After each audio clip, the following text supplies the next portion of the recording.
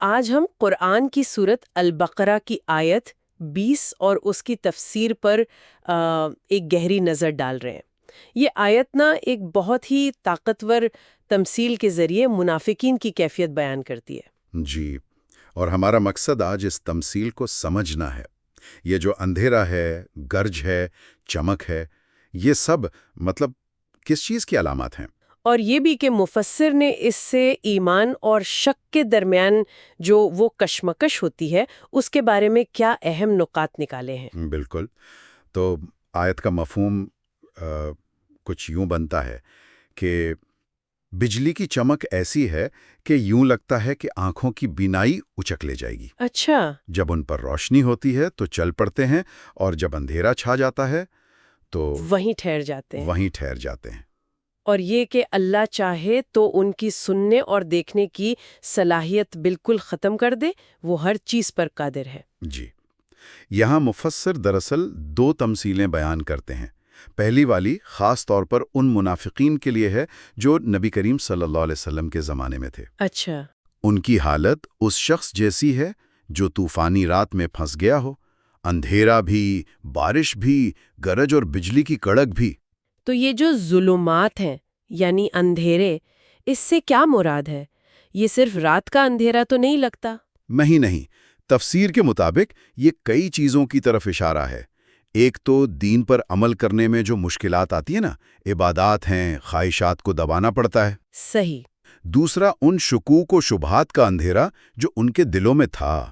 Rod یعنی گرج، وہ قرآن کی تنبیہات ہیں، وعیدیں ہیں جو عذاب سے ڈراتی ہیں۔ اور برق، بجلی کی چمک، یہ تو روشنی ہے، اس کا کیا مطلب ہوا پھر؟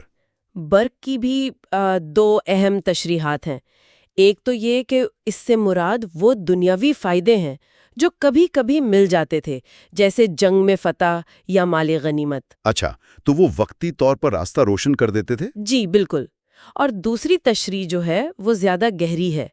برق سے مراد اسلام کے وہ واضح اور روشن دلائل ہیں جو ان پر کبھی کبھی اثر کر جاتے تھے۔ تو کیفیت یہ بنی کہ جب روشنی ہوئی، چاہے فائدے کی ہو یا دلیل کی، تو چل پڑے۔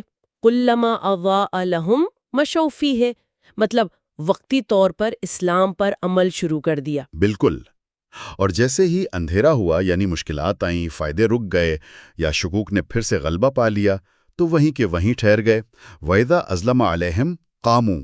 تو یہ مستقل مزاجی نہیں ہے، یہ تو موقع پرستی یا تذبذب ہے۔ جی ہاں، اور وہ قرآن کی سخت باتیں یا عذاب کے آیات سننے سے بچنے کے لیے کیا کرتے تھے؟ کانوں میں انگلیاں ڈال لیتے تھے۔ جی، گویا اس سے وہ بچ جائیں گے۔ ہاں، یہ سمجھتے ہوئے کہ وہ بچ جائیں گے، حالانکہ اللہ تو ہر طرف سے گھیرے ہوئے ہے۔ وَاللَّهُ مُحِيطٌ بِالْكَافِرِينَ۔ اور آیت کا آخر پھر اللہ کی مکمل قدرت پر زور دیتا ہے کہ وہ اسباب کا محتاج نہیں، چاہے تو بغیر گرج چمک کے بھی سماعت و بصارت لے سکتا ہے۔ ان اللہ علی کل شیء قدیر۔ اس کی وضاحت کے لیے ایک واقعہ بھی بیان کیا جاتا ہے۔ دو منافق تھے، وہ مدینہ سے بھاگ کر مشرکین کے پاس جا رہے تھے۔ اچھا، راستے میں بالکل ایسے ہی طوفان میں پھنس گئے۔ بجلی چمکتی تو کچھ قدم چلتے، اندھیرا ہوتا تو کھڑے رہ جاتے۔ اس تجربے نے انہیں اتنا ہلایا کہ صبح توبہ کی، واپس مدینہ آئے اور سچے دل سے مسلمان ہو گئے۔ تو یہ واقعہ دوسروں کے لیے ایک مثال بن گیا؟ جی، باقی منافقین کے لیے۔ لیکن یہاں بات اور دلچسپ ہوتی ہے جب مفسر اس تمثیل کا دائرہ پھیلاتے ہیں۔ اچھا، وہ کیسے؟ وہ کہتے ہیں کہ یہ صرف ان تاریخی منافقین تک محدود نہیں، بلکہ یہ کیفیت ان لوگوں پر بھی صادق آتی ہے جنہیں اہل ہوا کہا گیا ہے۔ اہل ہوا یعنی کون لوگ؟ یعنی وہ گروہ جو اپنی خواہشات، اپنی ذاتی رائے یا اپنے فرقے کے نظریات کو دین پر فوقیت دیتے ہیں۔ مفسر نے مثالیں دی ہیں جیسے معتزلہ یا مجسمہ فرقوں کی۔ تو ان کے لیے تمثیل کی تعبیر بدل جاتی ہے؟ جی ہاں، ان کے لیے ظلمات بن جاتی ہیں قرآن کی وہ آیات جن کا مطلب فوراً واضح نہیں ہوتا، یعنی متشابہات۔ اور برق وہ آیات جن کے احکامات بالکل صاف اور واضح ہیں، یعنی محکمات۔ تو ان کا رویہ بھی پھر ویسا ہی ہوتا ہے کہ جب کوئی واضح آیت ان کی سوچ یا خواہش کے مطابق ہوئی، اضاء لہم، تو اسے مان لیا۔ بالکل۔ لیکن جب کوئی آیت سمجھ نہ آئی یا ان کے نظریے سے ٹکرائی، ازلما علیہم تو اس پر ٹھہر گئے، انکار کر دیا، یا پھر اس کی غلط سلط تعبیلیں شروع کر دیں۔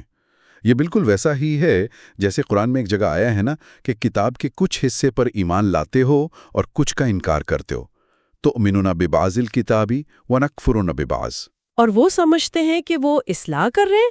جی، وہ آیات کے معنی بگاڑ کر سمجھتے ہیں کہ اصلاح کر رہے ہیں، حالانکہ وہ فساد پھیلا رہے ہوتے ہیں، اور وہ اہل حق کو جیسے صحابہ اکرام یا اہل سنت والجماعت کو نادان سمجھتے ہیں، سفہا۔ اور یہ نقطہ بہت اہم ہے کہ قرآن کا پیغام کسی خاص زمانے یا لوگوں کے لیے نہیں ہے۔ یہ تمثیل تو آج بھی اتنی ہی متعلقہ لگتی ہے۔ بالکل، خلاصہ کلام یہ ہے کہ یہ تمثیل صرف تاریخی کرداروں کا قصہ نہیں، بلکہ یہ ایک نفسیاتی اور روحانی کیفیت کی تصویر ہے۔ یہ اس فرق کو واضح کرتی ہے جو خالص غیر مشروط ایمان اور دوسری طرف ذاتی پسند، فائدے یا حالات پر مبنی ایمان کے درمیان ہے۔ یہ شک، تذبذب اور دین میں اپنی مرضی چلانے کی کیفیت کو بالکل بے نقاب کرتی ہے۔ جی، واقعی یہ بہت گہری بات ہے، اور یہ سننے والوں کے لیے سوچنے کا ایک اہم نقطہ چھوڑ جاتی ہے۔ کوئی شخص کیسے یہ اطمینان حاصل کرے کہ وہ اللہ کے کلام کو اپنی ذاتی خواہشات، تعصبات یا پہلے سے قائم نظریات کی اینک سے نہیں دیکھ رہا، صحیح، بلکہ اسے خلوص نیت اور کھلے ذہن سے سمجھنے کی کوشش کر رہا ہے؟ یہ ایک بڑا سوال ہے۔